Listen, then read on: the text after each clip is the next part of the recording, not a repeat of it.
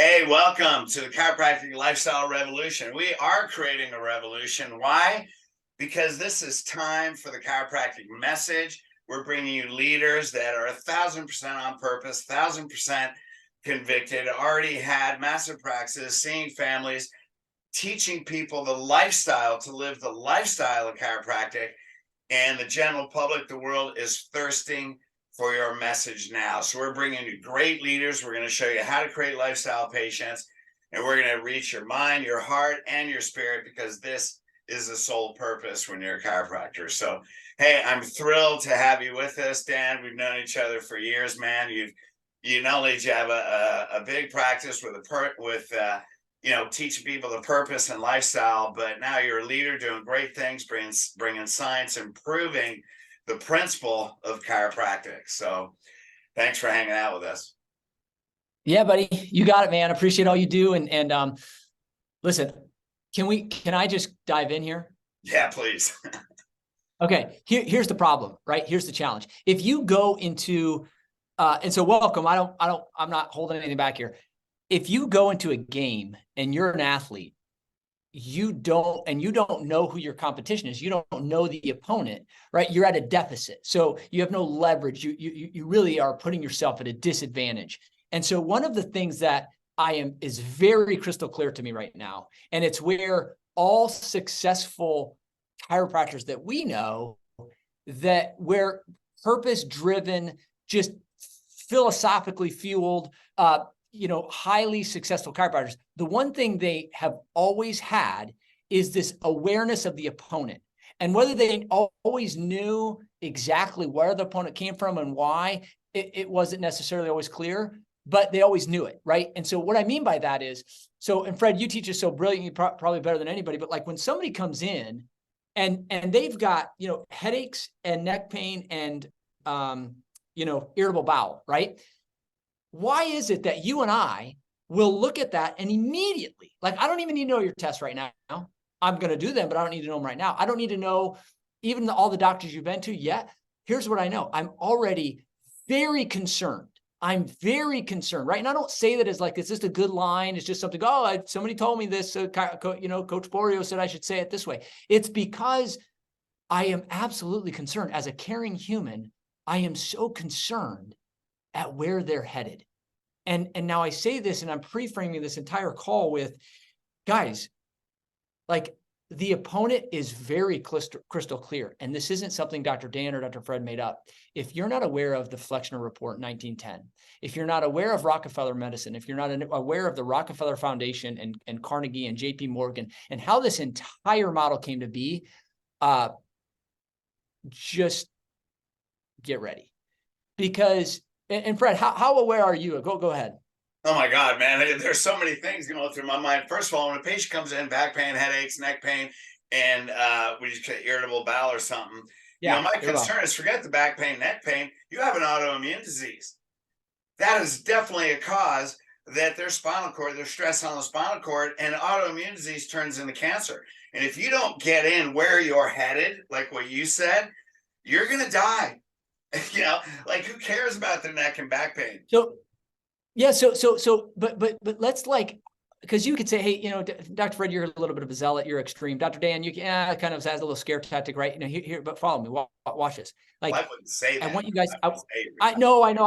No, I know you say, but your physiology, right? 93% of communication is nonverbal, so your physiology speaks it. Now, why though? Here's why, and this is the thing. That's my point. Is that when you're you live in a culture where there's no way they can go get a problem in their health addressed, the cause. Like, there's no way that you could go to a doctor in our self-accepted cultural care called there's no way. Now, two of my brothers are medical doctors. They are pawns in the scheme. They're good people. They're great humans. But if you see, this supersedes it. You go upstream. Why? Because what happened in 1910 is way worse than anybody actually knows, is that when Rockefeller decided, I've got the oil industry, In 1907, they created plastic for the first time. He's like, I'm going to take over the chemical industry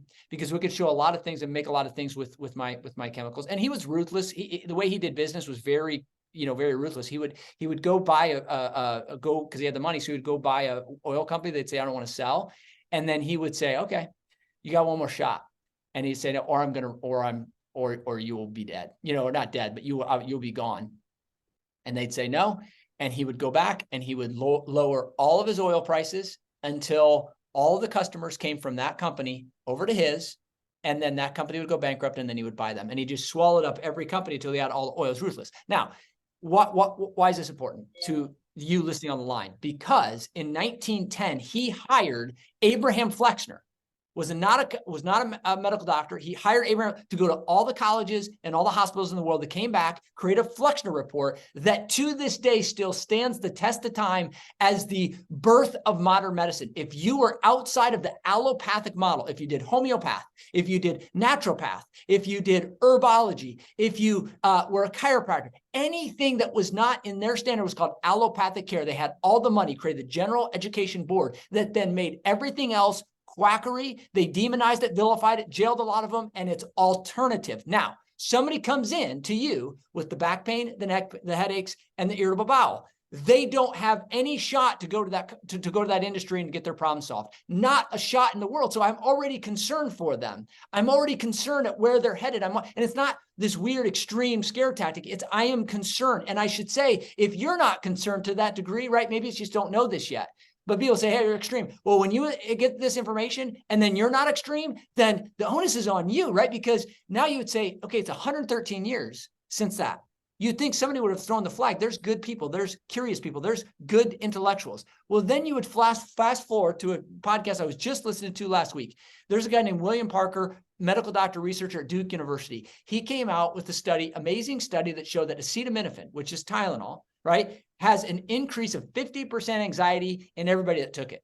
And it's linked to autism. It's linked to brain disorders. And so he gets ready to publish this very prestigious, very credible research. And all of a sudden, everything gets pulled. He gets pulled, all this. Duke University says, we don't want anything to do with you anymore. Why? Because Duke University president is on the board of Johnson & Johnson that makes Tylenol. Guys, you think I'm making this up? Why does this trickle down? It trickles down because now you're thinking, I can't grow my practice. Are you kidding me? Like, people not only need what you have, but like I said at the beginning, if you don't know the opponent, then you're already starting off with a disadvantage. And Dr. Fred, I get fired up. When Rockefeller formed the NIH and then they started making all these drugs, actually some petroleum-based drugs, right? What a coincidence. And then they got so many lawsuits that's when he went to the government to get indemnity.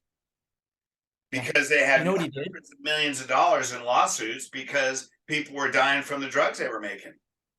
And you know what he did? He created in 1913, because of that, all the info came out in the lawsuits. In 1913, he created the American Cancer Society. Why? So that he could hide all of the evidence that was happening. And then in 1932, the AMA was the #1 lobbyer of Congress, spent $1 million. The second group was the American Dairy Association. They spent $50,000. So in 1932, it was 20 times the amount of money was spent than anybody else on lobbying Congress. And the other thing they did in the 1905 to 1920 era, like Carnegie, Rockefeller, and Morgan, they had all it was the first billionaire was Rockefeller. But what happened is they knew they had all their ties. They controlled all the media. So any hospital or medical school that didn't allow them to come assess them, because Flexner went around and they already wrote the report. He did something called problem, reaction, solution. He had a pre-planned solution. He created a problem, knew there would be a reaction.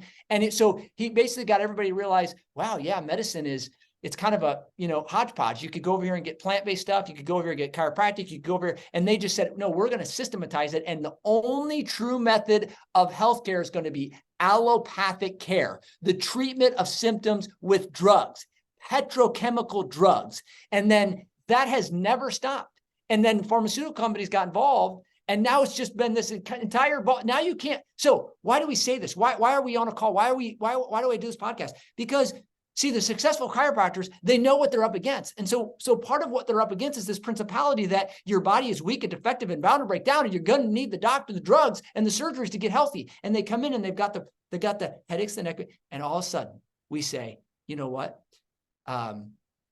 here's what we're going to do. We're going to do some different tests on you, and we're going to evaluate how your body's actually functioning. And the spine and the nervous system are the director, right? And we know this, and it isn't just a good line or good statement or good script. It is, I own this in my heart. I know what I've seen. I know how the body works. But I know also what they're up against is they've been told all their life, starting from when they were born and their mom was pregnant, that pregnancy was a disease. That's what we live. That's the culture we live in. I'm saying when you know your opponent, it's actually easier to defeat them, because the cool part we have on our side is truth, as Fred, you've talked about so often. Yeah. So why are we starting this chiropractic revolution? Because it's always been David and Goliath, right? We've been David and we've been up against Goliath, but the truth always prevails.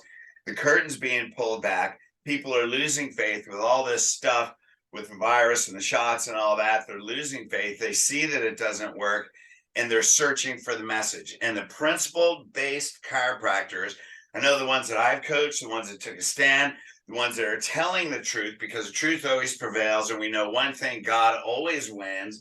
And this is the time. Those practices have exploded, even in liberal cities, because there's people that are looking, they're searching for you. And if we don't water down the message, now I say, hey, you're going to die. We don't say that. That's nowhere in the scripts. There's nothing about scare tactics, but we do say the spine and nervous system is the foundation of health and life in the body. Let's get that first. Let's look at that first. And we don't make claims, but you do find when you do, and you know this because you're in spinal correction, when you change the curves, when you correct a subluxation and you monitor the health problems over time, it is rare that diseases don't go away.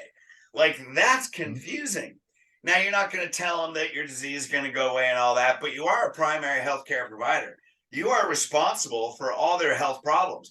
You need to know what their health problems are, and you need to monitor them over time, because if someone has a disease, then, and it's certainly not getting better with chiropractic, then you need to co-manage it. Yeah. And here's just some practical, right, that we love to teach, because now it's like, okay, what do you do? And a couple of lines, I have gone down the deep rabbit trail of when you start to know this stuff and you start to ask yourself, like, how can I make more impact and more impact and more impact? And so what happened is about 3 years ago, no, 5 years, 2018, man, it's been, so about 5 years ago, I started studying the brain even really intensely, but not from just a chiropractic sense. I've done that a lot and still do that, but studying the brain of how, and Fred, you're just on top of this, how it really is wired, like how, because at the end of the day, you could have an amazing message. In fact, Gregory Burns, Emory University neuroscientist, actually said this about Steve Jobs. He said, and Apple, he said, you can have the greatest idea in the world, but if you don't have the ability to convince other people, it's dead in the water. You got nothing. So that's from a neuroscientist. And then he kind of goes on, and if you study, I got a book sitting here, says it's Story Proof is what it's called. And it's called Story Proof, the science behind the startling power of story. And what Kendall Haven is a researcher, what he found out is that we take in information all over, right? With our five senses, you could say six, but with proprioception, but five senses, we take them in. And by the time it reaches the conscious brain, it has turned into a story. The brain actually turns every piece of information into a story. So I always live in the world of, hey, don't get what you want to say in the way of what they need to hear.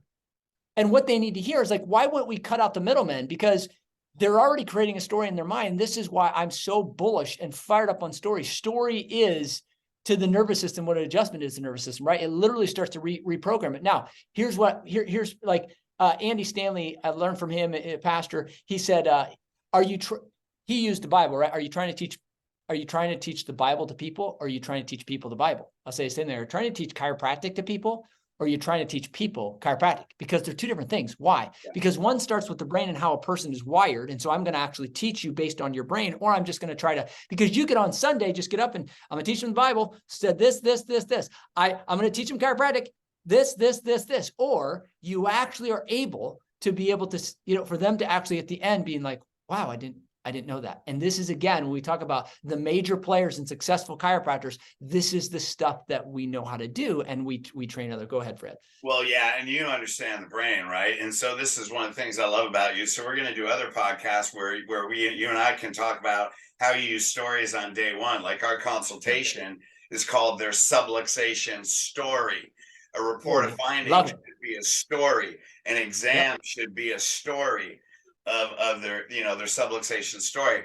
But what I was going to say was, we've been doing patient education for how long is chiropractic? For 127 years or whatever it is. Education, Yep. education. You're talking to their frontal lobe when their limbic brain that makes all their decisions in life Yeah. does not understand language, and words are only 7% influence.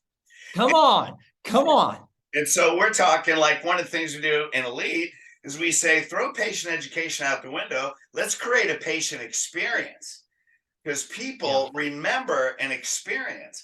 We all remember experiences that are wired in our mind from when we were a kid. Not that we have to try to remember, but we can't forget. Like information, they have to try to remember, an experience they can't forget.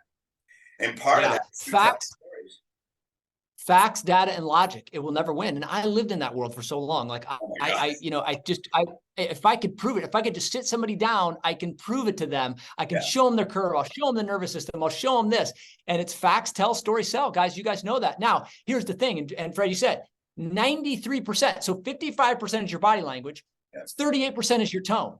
So if you get this right now from this podcast in your DNA, that we're up against a monster. And when I say the people that are coming to see you, why can I say I'm concerned? Mary, I'm already concerned. And here, I'm so glad you came in, because I get so passionate about what I do. I study this. I wrote books about this. I can't help but talk about this. I won't shut up about this, because unfortunately people head down a path and where they get sick, right? Like it just comes out of you, and you know that it was all bought on a lie. When like there's something like, I live in Nashville. Like you can see this right out here. I live, there's a street right down the road there. There's a interstate I see right there. If I go 15 minutes down there and go one turn off and go 2 blocks, I get to Covenant School that there was a school shooting at on Monday. And I say that because, the world is at a unique place right now. And Fred, you nailed it. We are so right. But here's what I say is, like, I watch footage from the surveillance, and I watch these police officers, just amazing. Like, and I think oftentimes we think that, man, if we just love people into the message, right? It's gotta love it. And I'm all for loving people, but sometimes I'm so glad that these officers were so loving that they took force and that they took territory and that they're willing to sacrifice their lives. And I'm saying that not because you have to sacrifice your life, but I am saying sometimes for some of us, like it's easy for Fred or I, like, I just, when I hear something, I can't unhear it. I'm going to go fight for injustice. Like I can't stand when people are lied and deceived. It just comes out of me. And I didn't grow up that way. I didn't grow up as a chiropractic family. And so I just encourage you to maybe dig deep and find out, gosh, if this is true, maybe, hey, Dr. Fred said this is true. I'm going to go look this up. And if it is true, guess what? There's a certain obligation, but also responsibility. But the cool part is it's an opportunity because they need you. Absolutely. And people are thirsting for it, man. And we go back to, and you look at communication, what you're talking about. First of all, there are so many crimes to humanity, and the pharmaceutical company has been a crime to humanity for decades, right? And so when you look at how are we going to reach people that already have this belief system that's wired into them? How do we do that? Well, the funny thing is, like you're saying, body language is 55% influence. So let's go into communication. The highest percentage people are visual learners. They're watching how you move. They're not listening to what you say. And go to Tony Robbins. Demonstration is the most powerful communication tool. So how are you using your body? How are you demonstrating? How are you touching them? How are you stimulating their nervous system? Because if you think just talking in a report of findings is going to make them change the way they want to live their life, it doesn't work that way. For some people it does. But, what's your PVA? So how are you touching them? How are you demonstrating? And these are things that, that you teach. And how are you telling a story? How are you rewiring their subconscious mind so they come into lifestyle right now, not because you want a patient, because you want to change generations. They are the last person. When you walk into that new patient, are you going in with the intention to create a patient or create a leader? Will that be the last person that goes to the medical doctor first? In the rest of the generations, you're getting patients that aren't even born yet. Do you walk in with that mentality? Yeah. Fred, I remember talking to you about this. We were in Hoboken, New Jersey. It was me and my buddy Blake Living Good. And we were asking this question, saying, hey, what is the difference? Because you've been around the block, you coach a lot of people, and we had been, 1,000-week chiros. And well, I remember saying, and you just went through, okay, 0 to 100 week. And I've used this before, 0 to 100 week, this is the mentality, 100 to 200, but what you just described, right? Not everybody's going to get there. And you may be saying, I can't get there yet. It's okay. Just let's get you to the next level, right? Eventually you could get there, but that's the difference, right? The highest, they have they see chiropractic is the thing. It is not just a thing. It is so that's a difference. And I think that we all need to say, okay, how did you get there? Like, how could I work that way? What may seem like you don't ask yourself, man, that's not for me. You'd say, what does he know that I don't know that would make him so excited and passionate still today when you could have rode away a long time ago, still doing it? So I just want to make sure everybody really heard what you just said, that like knowing I'm not walking in to close them. I'm walking in them to, this will be a legacy changing conversation or visit or care plan or opportunity that in my office, this is what we do. We change legacies here. That's a different mindset. And that's the difference. When you carry that with you, it just is game over.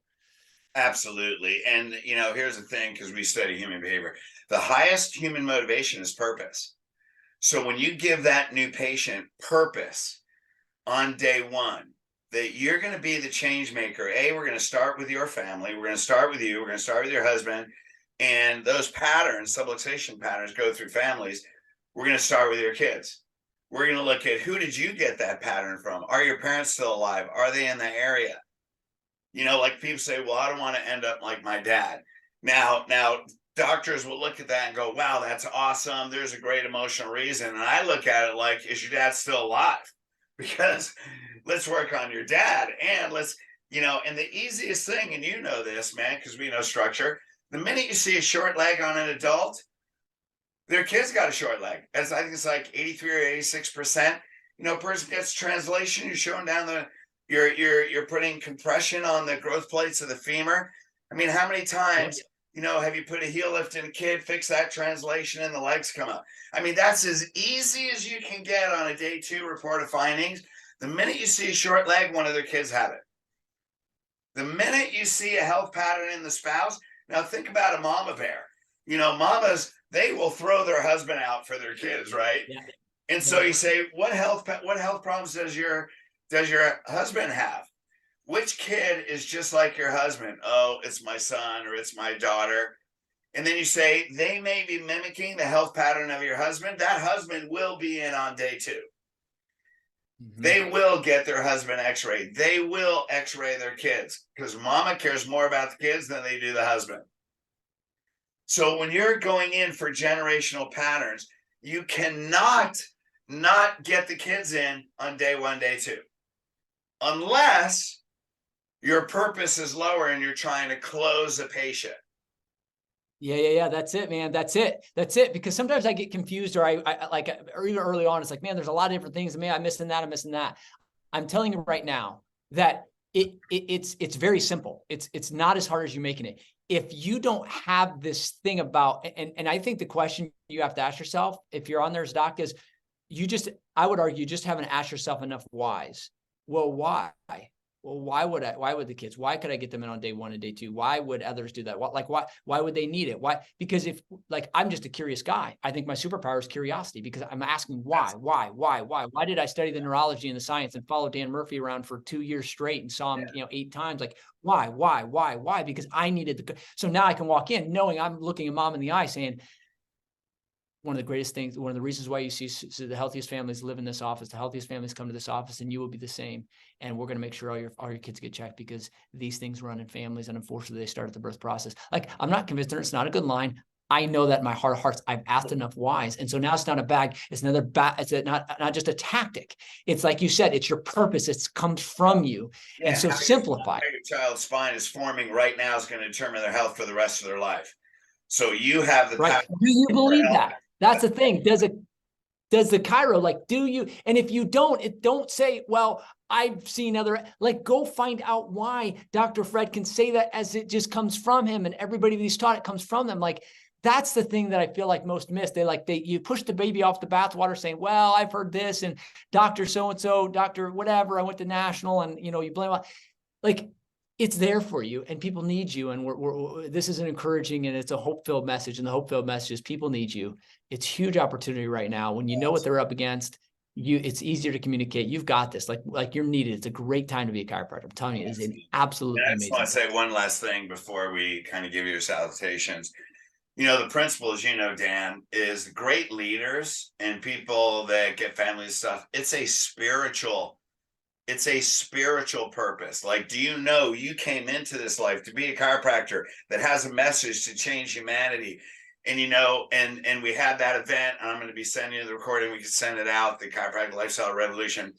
When you see that a person who has this purpose, one, never questions the purpose. It's a universal law, universal intelligence, innate intelligence. It's your spiritual message. It's your spiritual purpose. And every time you walk in with a new patient, you don't see one person, you see a message for humanity. So now we have a responsibility to create a leader. Not just a patient, we create a leader. And when that's your spiritual message, that's why you're in this physical body, for the chiropractic message.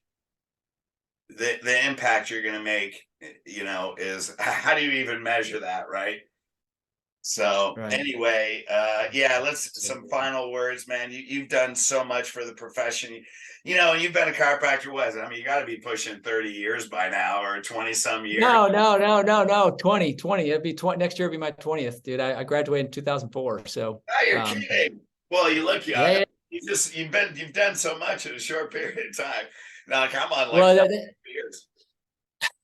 Well, there's more to do, man. I sit here sometimes, I kind of throw up my arms a little bit when I really start to go revisit some of the things. Like COVID was just an extrapolation of the flexion report. And I know some of you are like, why does he keep talking about the flexion report in Rockefeller Medicine? Because it becomes crystal clear of what we're up against and what they're up against. And you just want everybody to know, right? It's like they were taught and trained, and we are indoctrinated from day one, and even pre-day one. Like I said, pregnancy is a disease, and then the whole thing. And so I'm saying this, guys, because what I want you, go look up the flexion report. I'll go follow me on stuff that I've, Instagram and YouTube, and because I'm putting out so much content right now about this stuff, and I'm just in that place where we're in the synagogue flipping tables, because it's just, it's time. There is a certain time that, yes, people want something else, but there's a lot of them out there that don't even know what they don't know. And we have this opportunity to give the hope back in them. But there's a reason why. There's a reason why they don't think they can heal. There's a reason why they think that you're alternative. Reason why they think you're a quack and you got your education in a strip mall. There's a reason why, and that reason why was built on fraud. It was built on greed. It was built on money, power, and it was built on deception. Now, nobody in their right mind. Now, I'm not saying everybody has right minds, but I'm saying nobody can debate that. Nobody can look back and say, you're wrong. I'm not wrong. I don't care if you're the greatest neurosurgeon or doctor or surgeon general in the world. That was built on a lie, and it's been perpetuated for 113 years. And now you and I, as natural practitioners, get looked at as alternative. Are you flipping kidding me? The one where we actually help people without drugs and surgery, and I'm looked at the guy as a weird one. Like, they don't even know. And so when you go in and you know something, you go in with an authority, and you are the authority because you look at the body the way that it was meant to be looked at. Like you said, Dr. Fred, it's the truth. So there'll be more from us. I can't wait to get back and keep firing away, buddy. Yeah, absolutely. So I'd love to do another podcast because you know so much about how the human brain works and communication. And we'll do another podcast, gang, where we're going to take this. I've had 25 years of studying human behavior. So we're going to come together and we're going to show you how to create that lifestyle mindset right from day 1 and 2. That'll be another podcast. Anyway, subscribe on these. These will be on YouTube, and follow these. Please share these. We are creating a lifestyle revolution. It is time. You know, that one-liner that I said growing up in Catholic church the whole time, thy will be done on earth as it is in heaven. I believe and always have believed that we can make chiropractic one of the primary healthcare systems. People are losing faith in medicine. This is our time. So hang with us. Thank you so much, Dan. How do they get a hold of you, man? How do they follow you and get a hold of you? You can go to my Instagram, Dr. Dan Sullivan. I've got that'll take my YouTube, all my stuff's on there. So, you know, and if you know my website, thechiropracticadvocate.com or therealdansullivan.com. So I'm easy to find. You find me out there. If you need anything, let me know. Awesome. Thanks so much for sharing, man. It's always a pleasure to hang out with you. And we will see you again on here soon. Love you, Sounds brother. good. God bless you all.